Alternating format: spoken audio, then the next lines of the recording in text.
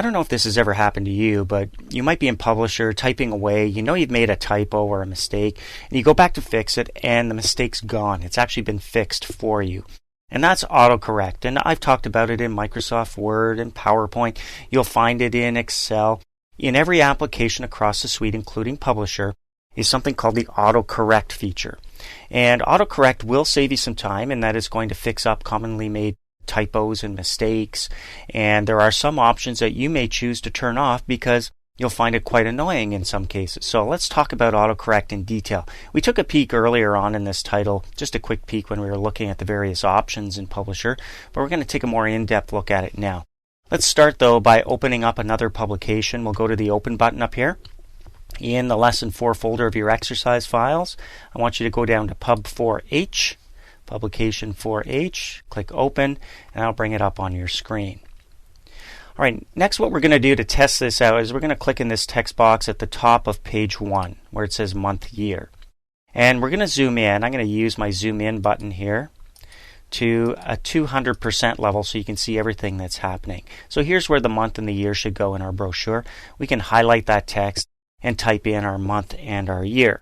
So I'm going to type in, let's try July. I'm going to do it in lowercase, 2007. So you can see what happened there. Automatically, the J in July was capitalized for me. So it just makes sense that this is the month of a year that needs to be capitalized. And you can see that little underline there. And as I hover over that, you can see the autocorrect button appears and there's a drop down. If I click on that, you can see I can undo automatic capitalization. I could stop auto capitalization first letter of sentences all the time. And then I can go to my auto format options and control them from here. But another way to get there, I'm just going to click out here, is to go up to the Tools menu and down to autocorrect options. So here's our autocorrect options, and here's where we capitalize the first letter of sentences. That's turned on. That's why July got capitalized, not necessarily because it's a month in the year, but just take a look down here. The names of days will be capitalized automatically. Accidental use of caps lock key is one I love. I always leave that one on.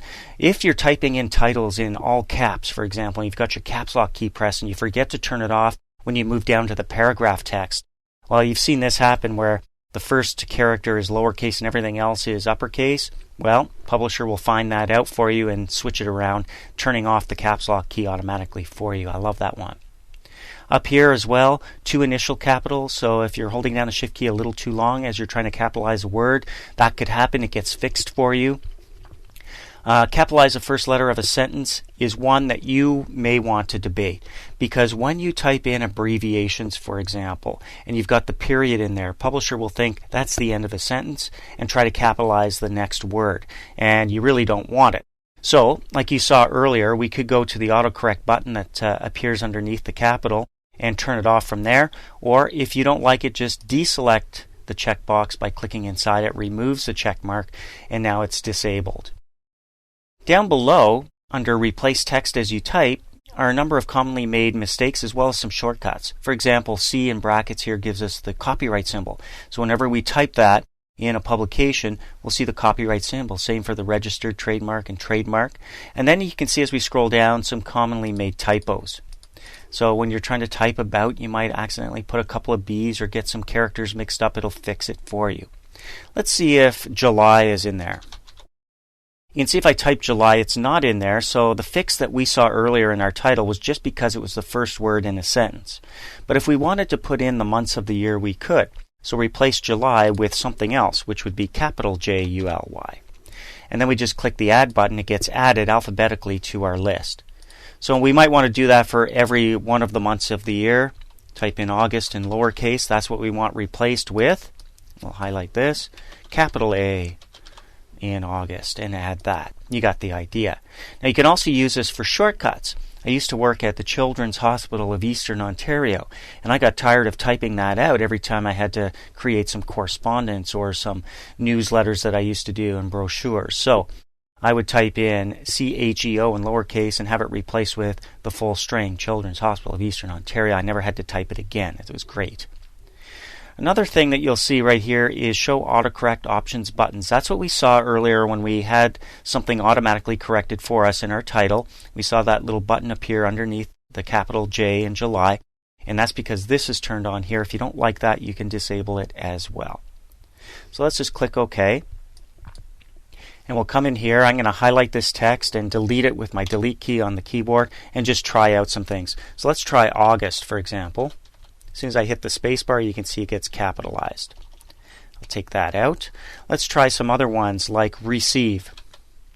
Now it's I before E except after C, and if you forget that rule and you type in receive IEVE, hit the spacebar, you see it just got fixed for me, and there's my little autocorrect options button appearing just to let me know that it was changed, and I can change it back. And I can also have it stop automatically correcting this. All the options I saw before with July. So I'm just actually going to type in the month and the year. This time it's going to be April 2007. So that's one that we didn't add, and because we didn't, you can see there's this red squiggly line appearing under it, meaning it's spelled incorrectly. If I come up here and right click on it, there's the correct spelling of April. It's with a capital A. So that might be one I'd like to add to autocorrect. Otherwise, I'm going to have to come in here with my spell checker and fix it. So checking spelling is something that we can also do in Publisher, and we're going to talk about that next.